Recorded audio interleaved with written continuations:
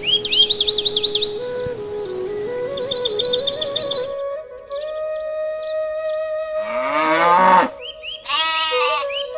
समय की बात है, रामपुर नाम का एक सुंदर सा गांव हुआ करता था। गांव में दो भाई रहा करते थे, मदन लाल और मोहन लाल। मदन लाल बहुत ही धनवान व्यक्ति था। उसके पास धन दौलत की कोई कमी नहीं थी और उधर उसका छोटा भाई मोहन बहुत ही गरीब व्यक्ति था। मोहन दिन भर अपने छोटे से खेत में मजदूरी करके अपने घर का गुजारा किया करता था। दोनों के माता पिता का देहांत हो गया था। माता पिता के गुजर जाने के बाद मदन लाल ने बड़े ही चालाकी से सारा धन और सारी दौलत हड़प ली और मोहन को छोटी सी जमीन दे दी ताकि वह अपना गुजर बसर कर सके। लेकिन मदन लाल इतना सारा धन पाकर भी खुश नहीं था। उसके मन के कोने कोने में धन की चाह भरी हुई थी। उसके पास जितना ही धन था, उसे उतना ही कम दिखाई पड़ता था और उसकी नजर अब अपने छोटे भाई मोहन के जमीन पर थी। मदन लाल किसी भी तरह अपने छोटे भाई मोहन की जमीन हड़पने की फिराक में था, क्योंकि मोहन की जमीन बहुत ही ज्यादा उपजाऊ थी। उसमें अच्छी खासी फसल बिना खाद या फिर बिना कुछ ज्यादा मेहनत के ही हो जाती थी। जमीन से उपजा फसल से मोहन के घर का गुजारा और उसके बेटे की पढ़ाई लिखाई अच्छी खासी चल जाती थी और उन्हें किसी चीज की कमी नहीं होती थी।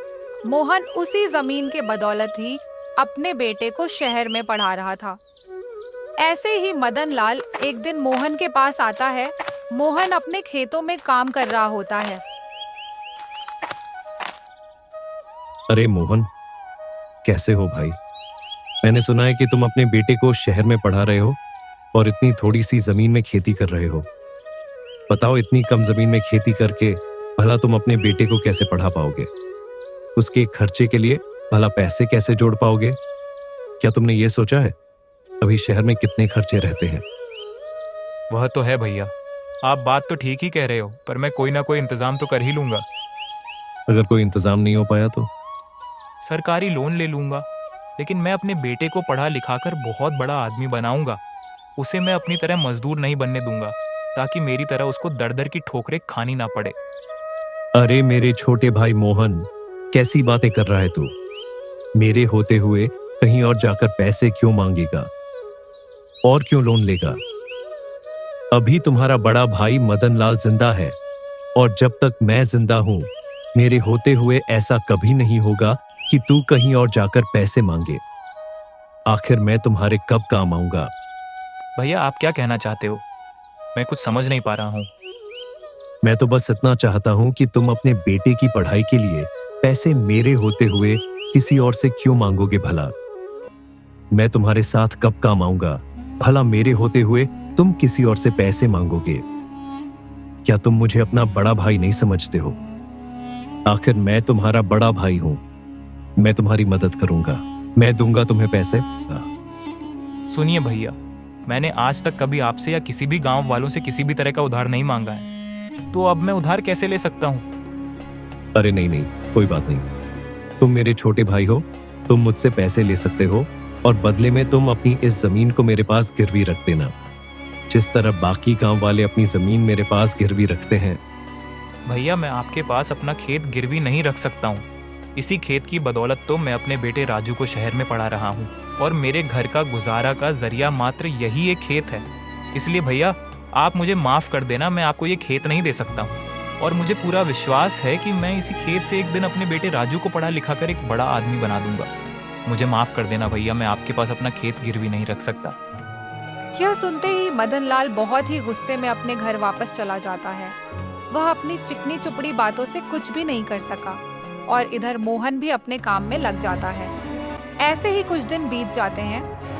मदन लाल, तुझे किसी न किसी तरह से मोहन से वह जमीन तो लेनी ही पड़ेगी। मदन लाल इतना कहकर सोच में पड़ जाता है कि मोहन की जमीन को कैसे हड़प लिया जाए। तभी मदन लाल के दिमाग में एक तरकीब सूझता है और वह मोहन के घर चला जाता है। अरे मोहन भाई, मुझे तुम्हारी खुददारी देखकर बहुत अच्छा लगा।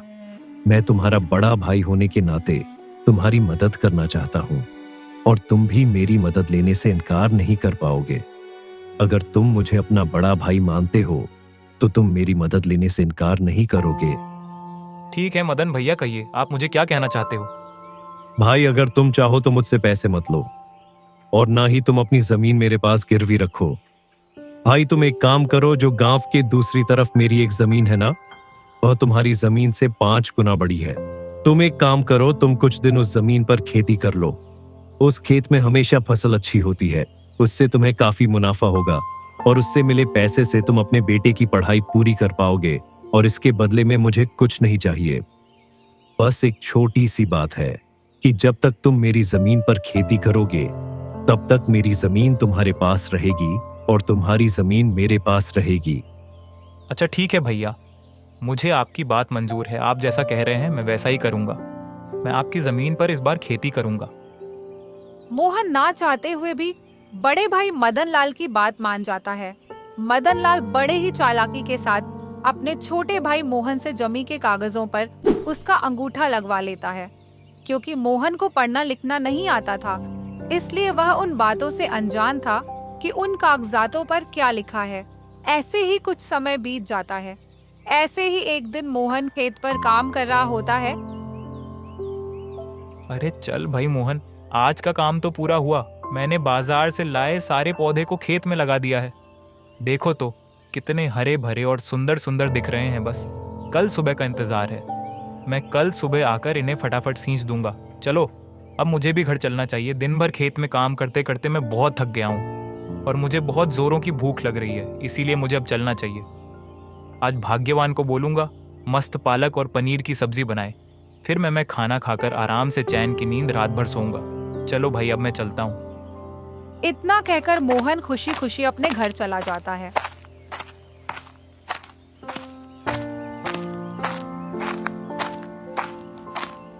अगले दिन सुबह सुबह जब मोहन अपने खेत पर जाता है तो देखता है कि उसके सारे पौधे मर चुके थे। यह सब देखकर मोहन एकदम से हैरान हो जाता है। उसे समझ में आ जाता है कि उसके भैया ने उसे धोखा दिया है, अपनी चिकनी चुपड़ी बातों में फंसाकर उसे ठग लिया है। यह तो एक बंजर जमीन है। हे भगवान, अब मैं क्या करूं? यह क्या हो गया मेरे साथ? मेरा तो बहुत नुकसान हो गया। हे भगवान, मेरा तो पूरा खेत बर्बाद हो गया। हाय रे, अब मैं इस महीने का अपने घर का गुजारा कैसे चलाऊंगा? भैया ने मुझसे झूठ बोला, मुझे ठगा है उन्होंने। यह तो एक बंजर जमीन है। मैं अभी भैया के पास जाता हूँ। हाँ, यहीं सही रहेगा और उनसे कहूंगा कि मेरी जमीन मुझे वापस कर दीजिए। मोहन मन ही मन बहुत ज्यादा दुखी हो जाता है और अपने दुखी मन को लेकर अपने बड़े भैया मदन लाल के घर चला जाता है। उसके मन में हजारों सवाल घूम रहे थे। बड़े भैया सुनिए, आपकी जमीन मेरे किसी काम की नहीं है। वह जमीन एक बंजर जमीन है, इसलिए आप कृपा करके मेरी जमीन मुझे वापस लौटा दीजिए। अभी तक मेरा उस जमीन पर बहुत सारा नुकसान हो चुका है। क्या रे मोहन, यह तू क्या कह रहा है? और पहले तो ये बता कि तू किससे पूछकर अंदर आया, और तुम ये मत भूलो कि तुमने अपनी मर्जी से इन कागजों पर अंगूठा लगाया था और उन कागजों में साफ साफ लिखा था कि तुम्हारी जमीन मेरी है और वह भी तुम्हारी मर्जी से। हम दोनों ने अपनी जमीन अदला बदली कर ली है। अब तुम्हारा इस जमीन पर कोई अधिकार नहीं है। अब वह जमीन सिर्फ मेरी है। इसलिए खैरियत चाहते हो तो तुम यहाँ से चले जाओ और जाकर अपने उस बंजर जमीन पर खेती करो। चल निकल अब यहाँ से, और दोबारा यहाँ आया और जमीन लेने की बात कही तो तुम पर मैं पुलिस केस कर दूंगा। सारे कागजात पर मोहन का अंगूठा लगने के कारण मोहन कुछ नहीं कर पाया और मायूस होकर घर लौट आया। मोहन मन ही मन बहुत ही ज्यादा दुखी था। ऐसे ही दिन बीतने लगते हैं और एक दिन राजू अपने पिताजी के पास पढ़ाई की फीस के लिए फोन करता है। पिताजी, महीना पूरा हो गया है, फीस देने का समय आ गया है, इसलिए मेरी फीस भिजवा दीजिएगा। बेटा मुझे माफ कर दो, अभी घर में कुछ समस्या आ गई है, इसलिए मैं तुम्हारी फीस अभी नहीं भेज सकता हूँ। मैं क्या करूँ, अभी घर की स्थिति बहुत ही खराब हो गई है। घर का गुजारा चलाना ही बहुत मुश्किल हो गया है। मुझे माफ कर देना बेटा। मैं अब तुम्हारी पढ़ाई के लिए पैसे की व्यवस्था कहाँ से करूँ? मुझे कुछ भी समझ में नहीं आ रहा है कि मैं तुम्हारी आगे की पढ़ाई कैसे करवाऊँ। मेरे पास तो अब कुछ भी आय का स्रोत ही नहीं है। पर राजू के बार बार पूछने पर मोहन सारी बात अपने बेटे को बता देता है। वह अपने बेटे को इस बात की जानकारी नहीं देना चाहता था, क्योंकि वह घर की परेशानी बेटे को बताकर उसे परेशान नहीं करना चाहता था। पढ़ाई की फीस समय पर न मिलने के कारण राजू को अपनी पढ़ाई बीच में ही छोड़नी पड़ती है। अच्छा ठीक है पिताजी, मैं कल ही गांव आता हूं। देखते हैं मिलकर क्या कर सकते हैं। आप चिंता ना करें, मैं कल ही आ रहा हूं।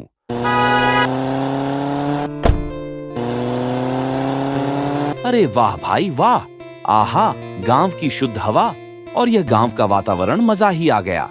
शहर में तो सिर्फ प्रदूषण ही प्रदूषण है, गांव का कितना शुद्ध वातावरण है। भाई, अरे ओ भाई, ओ भैया, रामपुर चलोगे क्या? अरे मैं तो वहीं जा रहा हूँ। भाई सामान रख दो पीछे और बैठ जाओ आकर। घर पहुंचने के बाद मोहन राजू को सारी सच्चाई बता देता है कि किस तरह मदन लाल ने उसकी जमीन हड़प ली।